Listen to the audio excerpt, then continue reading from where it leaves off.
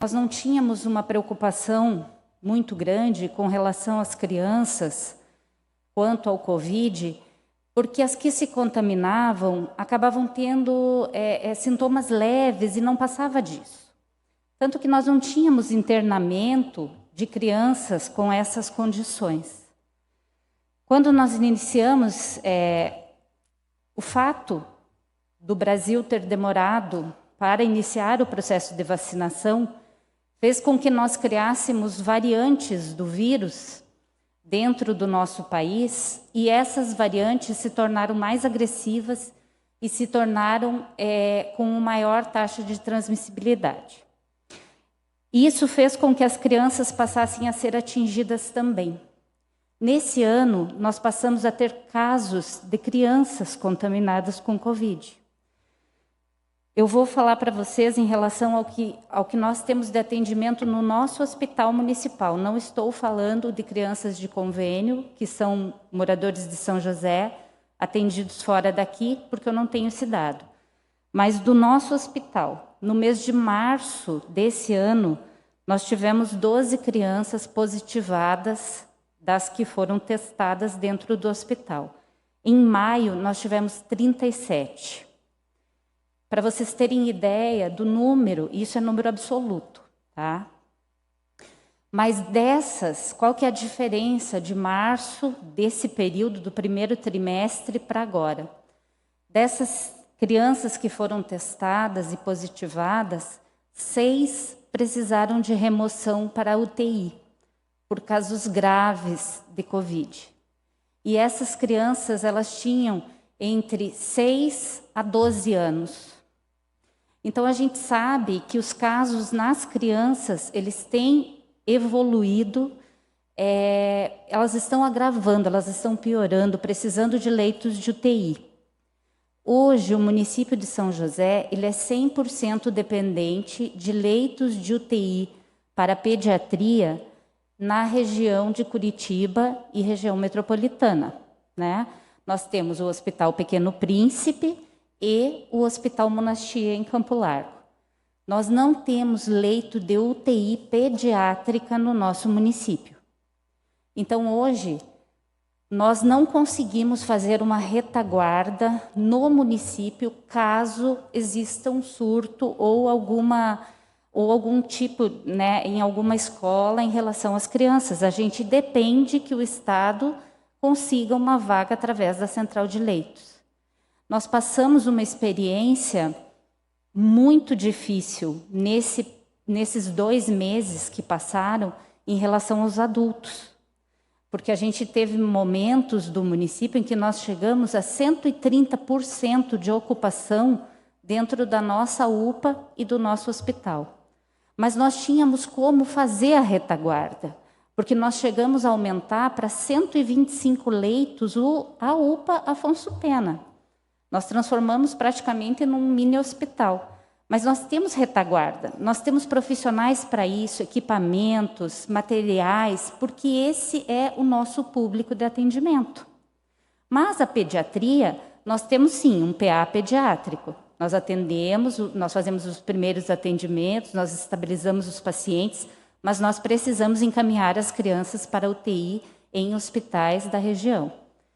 E isso faz com que a saúde fique temerosa nesse momento, com um retorno, com esse número de casos aumentando e com a gravidade aumentando. Quando a gente fala de número de população vacinada, nós estamos hoje com 52% aproximadamente da nossa população com mais de 18 anos vacinada. Nós começamos o processo de vacinação em janeiro, final de janeiro. Então, nós levamos 6 meses aproximadamente para chegar a 52%. Por nós, assim, pela saúde municipal, a gente já teria imunizado 100% da nossa população.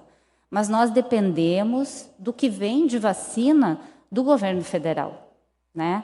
Então, esse processo é moroso, apesar do nosso governador ter anunciado que nós vamos ter até agosto 80% da nossa população vacinada, né? Mas nós, em São José, estamos com 52% com a primeira dose. Porém, com a segunda dose, nós temos 15%. Então, o número de pessoas vacinadas, ele é pequeno nesse momento para a gente tomar alguma atitude de retorno, porque realmente nós não temos hoje uma imunidade coletiva, né? Em relação aos professores, nós iniciamos a vacinação dos professores no dia 29 de maio. Hoje, nós já temos finalizado a primeira dose nos professores. Mas a segunda dose, ela vai ocorrer no dia 29 de agosto, para os que foram vacinados primeiro. Os trabalhadores de educação, na verdade, né? Porque não são só os professores. Mas nós vamos fazer isso na sequência. Então, veja, eles poderão retornar realmente no mês de outubro, né? E eu acredito que esse é o mínimo que a gente deve ter para retorno das aulas, que é a imunização desses trabalhadores de educação. Porque nós temos uma grande preocupação. Hoje, a Secretaria de Educação se preparou realmente com EPIs, numa quantidade correta, se preparou com relação à estrutura. Ainda temos algumas situações, mas a maioria delas foram resolvidas e hoje tem uma estrutura. Mas e o transporte escolar? Como que a gente vai trabalhar com o transporte escolar, onde eu não posso ter aglomeração? Eu tenho que ter uma criança e uma poltrona vazia, né? Então, eu preciso ter no mínimo 1 metro de distância entre elas dentro do transporte escolar. E isso, gente, é extremamente difícil, né?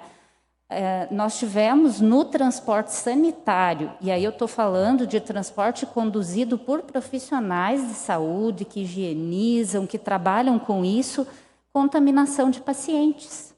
Pacientes de hemodiálise, doente renal crônico, que se contaminou dentro do transporte sanitário. Então, eu imagino isso dentro do transporte escolar. Hoje, o que mais nos preocupa não é a estrutura da escola, mas é o transporte escolar. É a possibilidade de contaminação dentro do transporte escolar. Então, o que eu vejo? Nós temos aí uma variante chegando, uma variante nova, que é a variante Delta, que já está determinada em São Paulo como comunitária. No Paraná ainda não, porque nós temos 7 casos, mas são 7 casos de uma variante que nós desconhecemos e que, segundo o que vem, os relatos que vêm sendo veiculados, ela é mais agressiva do que a que gente teve. Então, nós temos a possibilidade de ter uma terceira, uma quarta onda de contaminação. Então, eu acho que é muito importante que a gente leve em consideração, nesse momento, a fragilidade do sistema de saúde de retaguarda para atendimento de um surto que a gente venha a ter entre as crianças. E eu sei que a educação foi afetada, eu sou mãe, tenho filho em casa, sei o quanto a perda significativa que foi esse 1 ano e meio. Mas nós estamos lutando e nós lutamos pelas pessoas, pela vida das pessoas. E é isso que nós estamos hoje trazendo para vocês. A realidade que a gente tem hoje de saúde não garante retaguarda para essas crianças. Então, era esse panorama que eu gostaria de trazer para vocês. E me coloco à disposição para respostas do que for necessário. Agradeço muito a possibilidade de estar falando sobre esse assunto e de tamanha relevância, e espero que a decisão que seja tomada seja melhor para todos. Muito obrigada.